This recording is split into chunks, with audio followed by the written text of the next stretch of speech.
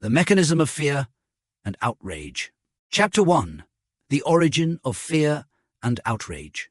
Most people believe fear and outrage come from events. They believe fear arises because something is dangerous, and outrage arises because something is unjust. They believe these emotions are natural responses to what is happening in the world. But fear and outrage do not begin with events.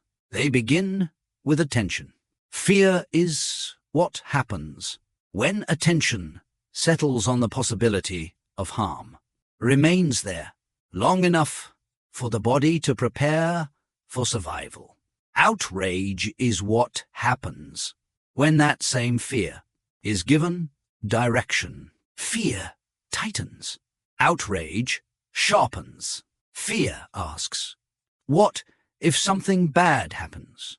Outrage asks, "Who is responsible?" Both arise before reflection has time to intervene. The nervous system does not distinguish between what is present and what is repeatedly seen, imagined, or emotionally reinforced. When attention is held on threat, the body responds. When attention is held on blame, the body mobilizes. This is the origin of fear and outrage. Not the event itself, but the sustained occupation of attention. Chapter 2.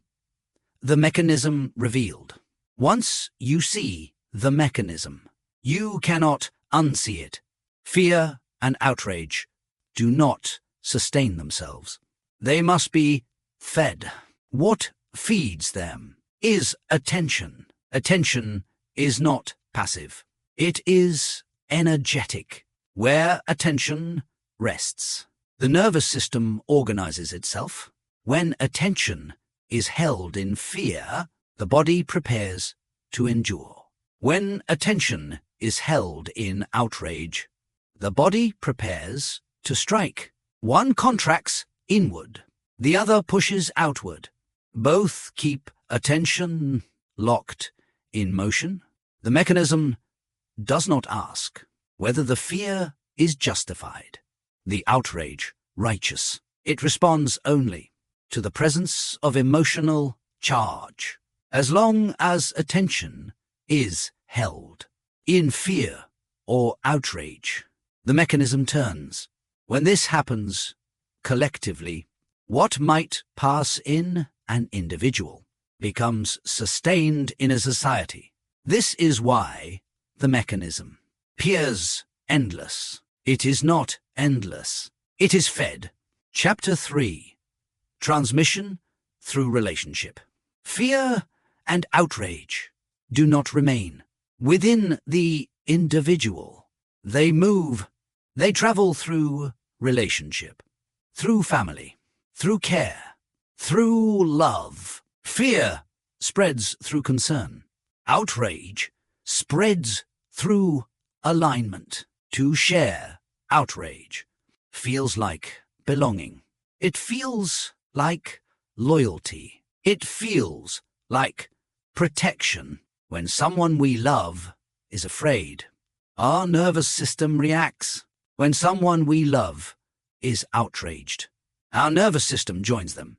This is not weakness. It is attachment, doing what it was designed to do. But once fear and outrage enter relationship, they multiply. One activated nervous system wakens another. What began as a signal becomes a shared state. The body prepares together. The mind rehearses together. And soon the day is occupied, not by the event itself, but by the emotional energy moving through connection. This is how fear and outrage become communal. Chapter 4. The pendulum of reaction. This movement has a rhythm. A swing, a pendulum. On one side, fear. On the other, outrage. Fear pulls attention inward. Outrage pushes attention outward. The pendulum does not care which side you occupy, does not care whether your position is moral or your cause just. It feeds on motion. Fear initiates the swing. Outrage accelerates it. Each reaction fuels the next movement. Stillness is often misunderstood. It is mistaken for indifference, for disengagement, for surrender. But stillness is not absence. It is the refusal to feed the swing. When attention no longer follows the arc, the pendulum slows. When the pendulum slows, clarity becomes possible, not through victory, but through withdrawal. Chapter 5. The Attention Economy. Beneath this pendulum is an engine, an attention economy. Modern media systems are designed to measure what activates fear, what sustains outrage. Fear captures attention. Outrage multiplies it. Fear brings the eye. Outrage brings the share. Outrage travels faster than clarity because it carries energy. The system does not decide what is true. It amplifies what is effective. Fear generates engagement. Outrage extends engagement. Engagement trains the system. The system returns what works. The loop closes and repeats. This does not require conspiracy. It requires participation. Chapter 6. Why awareness is not enough. Many believe that awareness alone. Liberation. It is not. Fear and outrage do not originate in the thinking mind. They originate in the nervous system. Outrage feels empowering. It feels like clarity.